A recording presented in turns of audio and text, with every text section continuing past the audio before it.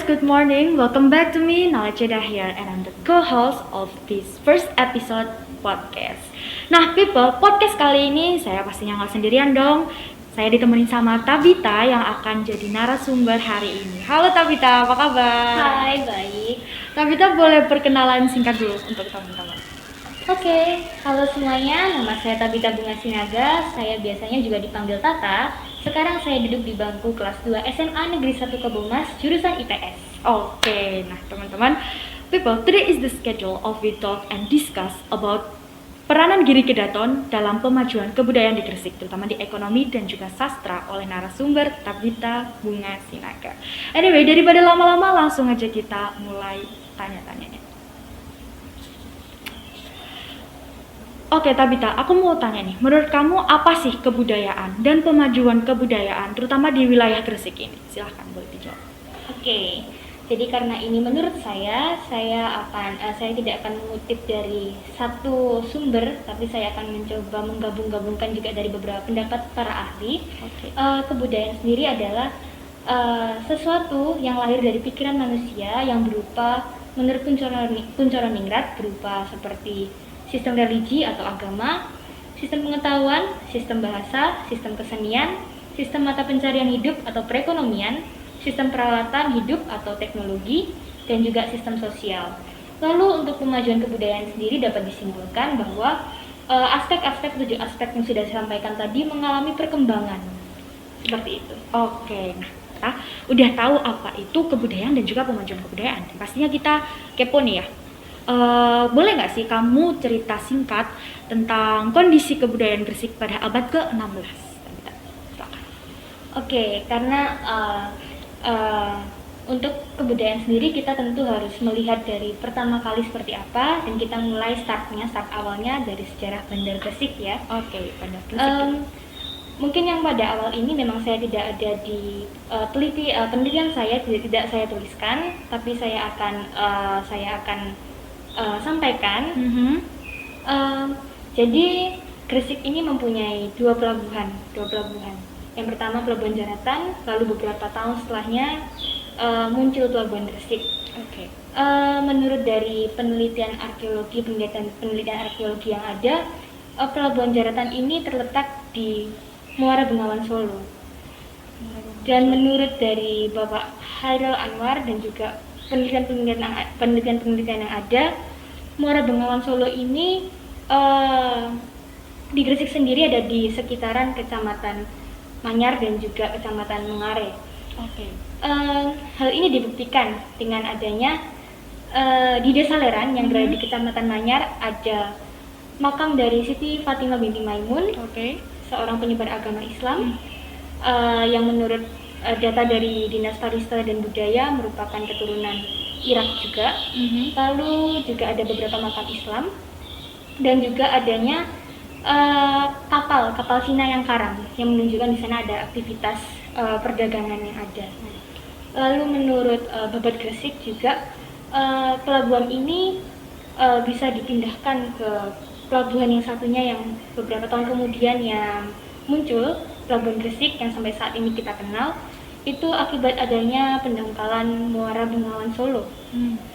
Menurut dari Bapak Khairil Anwar yang waktu itu saya wawancarai langsung, Gresik ini mungkin maksudnya Gresik kota yang saat ini sebagai pusatnya tidak ada apa-apanya, merupakan tanah gersang saja. Baru mulai berkembang setelah adanya orang-orang Cina yang datang dari akibat pendangkalan Muara Bengawan Solo. Dapat disimpulkan bahwa orang-orang Cina yang datang ini merupakan orang-orang yang ada di Pelabuhan Jaratan sebelumnya.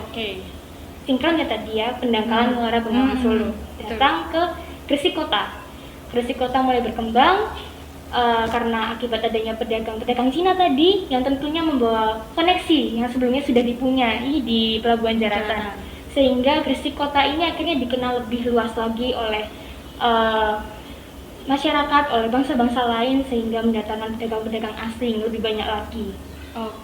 Tentunya pedagang-pedagang ini nggak mungkin kan ya cuma 1-2 hari pada periode, karena harus menunggu angin untuk kembali lagi. jadinya dapat diketahui ada terjadinya pertukaran budaya-budaya yang masuk, seperti budaya dari Cina, lalu Arab. Betul. Dengan bukti budaya-budaya Cina adanya temuan-temuan keramik di Gresik, di Pulau Bawean, Gresik.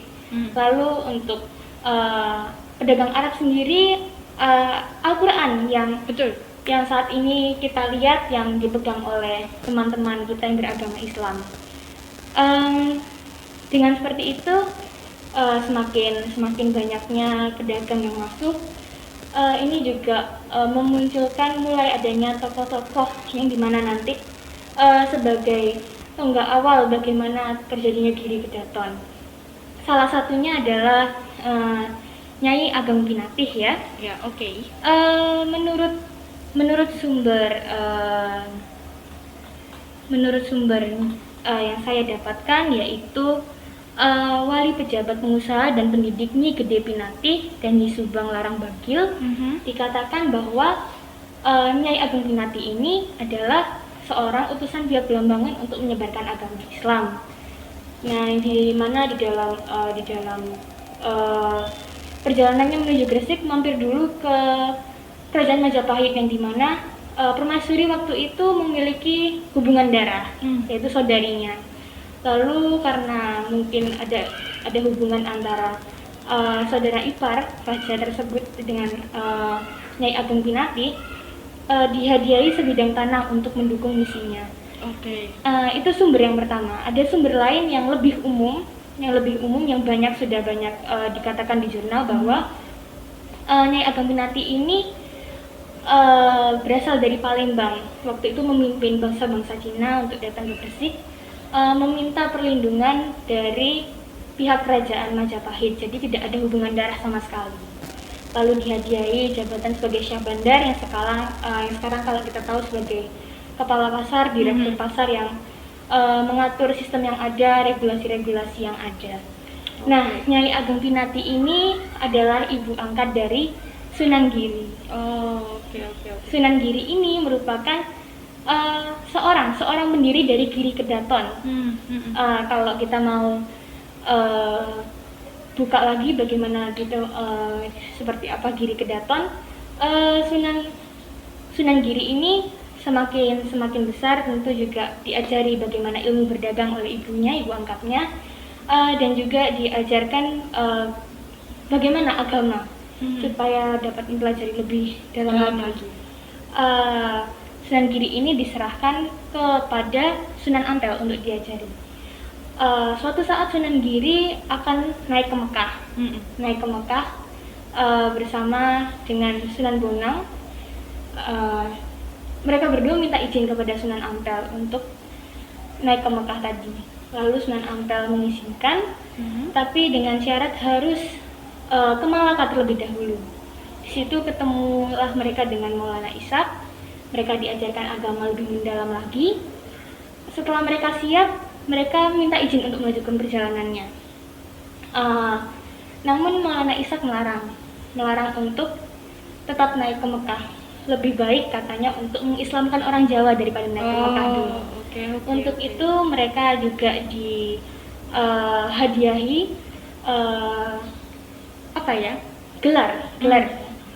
Untuk Sunan Bonang itu Prabu Anyukrawati, lalu untuk Sunan Giri adalah Prabu Satmata. Selain itu juga Sunan Giri dihadiahi segenggam tanah yang nantinya akan menuntun bahwa tanah tersebut, kalau ada tanah yang mirip dengan tanah tersebut, kamu harus mendirikan sebuah kerajaan. Disitulah mulai dari berdirinya Giri Kedaton. Oke. Saya tegaskan dari kesimpulan cerita ini tadi ya, bahwa awalnya dulu Gresik itu bisa dibilang gersang gitu ya, terus datangnya pedagang Cina hingga Gresik akhirnya Kota. Gresik Kota hingga datangnya pedagang Cina, dan akhirnya terjadilah seperti apa yang dikatakan oleh Tabita ini tadi. Oke, kalau itu udah kondisi ya teman-teman, sekarang kita mau tanya nih sebentar. Saya mau tanya ke tokoh Sunan Giri, kenapa harus dipilih menjadi untuk penelitian ini kira-kira? Kenapa harus Sunan Giri, padahal banyak juga sunan-sunan sebelumnya seperti itu. Sunan Gresik atau Maulana Malik Ibrahim, lalu Sunan Ampel, juga mungkin juga sunan-sunan setelah dari Sunan Giri ada. Yes. Melihat dari tema yang saya dapatkan, di sini kerajaannya sebagai peranan kerajaannya sebenarnya, bukan dari oknumnya, peranan kerajaannya. Kenapa kok harus Sunan Giri? Padahal karena Sunan Giri ini adalah pendiri dari Giri Kedaton tersebut. Kita tahu bahwa kalau seorang pendiri tidak kuat, fondasi ini tidak kuat, tidak kokoh, maka akan runtuh setelahnya. Oke. Itu alasannya kenapa Sunan Giri, tapi sebenarnya lebih ditekankan pada Giri Kedatonnya. Oke, paham.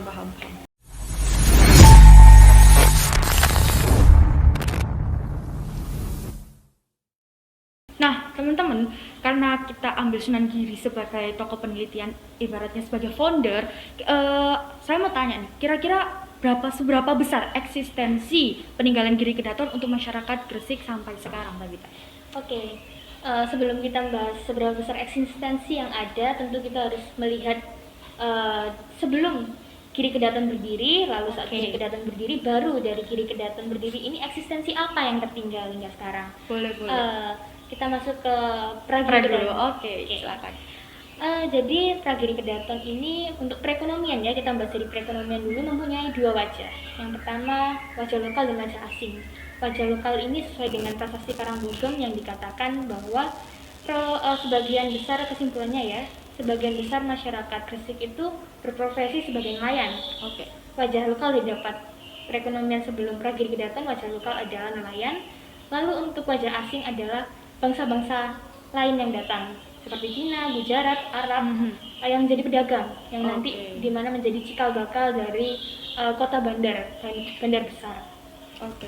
Itu untuk Pragiri Kedaton. Lalu untuk saat Giri Kedaton berdiri, yang ada adalah terusan dari para pedagang ini, wajah asing ini, dimana semakin besar lagi koneksinya, semakin meluas lagi, sehingga menjadi sebuah bandar besar yang tentunya akan berkaitan erat dengan pelabuhan sebagai aktivitas perdagangan, lalu mengirim barang-barang ke, baik barang yang datang masuk, lalu barang yang ada dikirimkan ke wilayah lain. Di situ betapa pentingnya pelabuhan ini, yang dimana pada saat itu yang memang juga terkenal adalah Pelabuhan Gresik. Nah, Pelabuhan Gresik ini yang sampai sekarang yang masih ada sebagai baik pelabuhan untuk penumpang maupun untuk peti kemas. Kenapa saya sendiri juga mengatakan bahwa Pelabuhan Gresik yang ada sekarang ini yang merupakan pelabuhan besar pada saat Bandar Gresik ini dikenal dunia. Jika kita langsung berkunjung ke lokasi yang ada, di sana terdapat monumen jangkar yang tertulis bahwa Bandar Gresik ini telah ada sejak tahun 1309 Masehi, yang dimana katanya Nyai Ageng Pinati akan menjadi bandar agung, yang akan menjadi bandar agung kelak nanti. Itu untuk eksistensi yang ada hingga sekarang. Lalu kita beralih ke sastra ya. Untuk Pragiri Kedaton, sastra sendiri, saat saya mewawancarai Ibu Laksmi Savitri yang merupakan seorang peneliti sastra Gresik, memang tidak ada sumber pasti untuk sastra dari bangsa lain. Namun seperti yang kita bahas tadi pada prasasti Karangbogem, juga dikatakan bahwa warga Gresik sebelum Giri Kedaton berdiri sempat berada di bawah kekuasaan kerajaan Majapahit. Untuk itu terbilang masuk akal bahwa suatu daerah yang dibawahi dari suatu kekuasaan tentu ada beberapa budaya yang masuk. Budaya yang ada yaitu yang masuk saat itu adalah serat dan babat, yang waktu itu memang juga berkembang ya di wilayah pesisir sekitar abad ke-15 sampai 19. Lalu untuk saat Giri Kedaton sendiri ada, yang nyata adalah Al-Quran dari orang-orang Arab, yang teman-teman agama Islam sekarang kita pegang. Nah, Al-Quran ini yang ada hingga sekarang. Yang membedakan hanya saat masa Giri Kedaton adalah aksaranya, Oh, menggunakan iya, betul. aksara Peguan. Betul, betul, betul. Lalu sekarang kan menggunakan aksara Arab Iya, kembali. mm. Lalu iluminasi yang ada, kalau pada saat Giri Kedaton berdiri, iluminasi yang ada menunjukkan adanya status sosial dari pemiliknya. Sedangkan kalau untuk sekarang tidak menunjukkan status sosial pemiliknya seperti apa. Oke. Itu untuk sastra. Oke. Keren banget ya, narasumber kita excited banget untuk menceritakan segala hal yang sudah menjadi hal paten ya people. Nah, ngomong-ngomong Tabita, kamu ini melakukan penelitian apalagi di masa pandemi ini pakai metode apa ya? Kan pasti penasaran juga gak sih? Untuk metodenya tentu karena ini penelitian harus sesuai dengan kaidah yang ada ya. Ya, betul. Pertama, sesuai dengan penelitian untuk sejarah, saya menggunakan metode heuristik, yaitu mengumpulkan sumber-sumber yang ada. Oke. Memang terbatas ya, kalau kita nggak bisa ruang geraknya nggak bisa seluasa dulu. Benar. Kebanyakan saya mencari dari jurnal-jurnal yang ada di internet. Keren banget Lalu, baca jurnal. Saya dibantu dengan Bapak Ali Murtado sebagai guru dan pembimbing saya, mengakses kepada beberapa orang-orang yang ahli di bidangnya, seperti tadi Bapak Khairul Anwar, Juga lalu Ibu Laksmi. iya, Ibu Laksmi. Oke. Lalu ada satu lagi sebenarnya juga Keren nih. berpengaruh juga pada tulisan saya, yaitu Bapak Bambang dari Museum Sunan Giri, yang dimana saya melihat adanya peninggalan-peninggalan yang ada. Setelah saya kumpulkan semua bukti, semua data yang ada untuk tulisan saya melakukan langkah kedua, yaitu kritik sumber.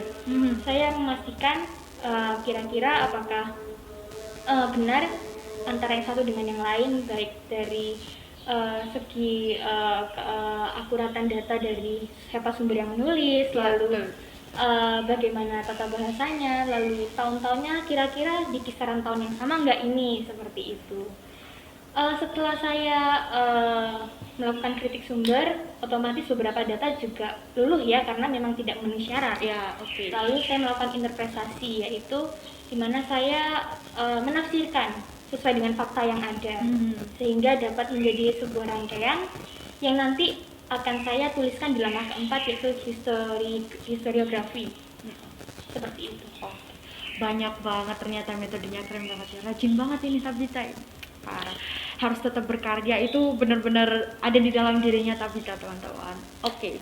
People, akhirnya kita dapat ilmu baru dari seorang Tabita yang melakukan penelitian tentang pemajuan budaya ini ya. Dan kita bisa ambil kesimpulan bahwa dari awal kondisi pada saat abad ke-16 itu lebih tepatnya ada kedatangan orang baru, yaitu orang Cina yang melakukan suatu perdagangan di situ.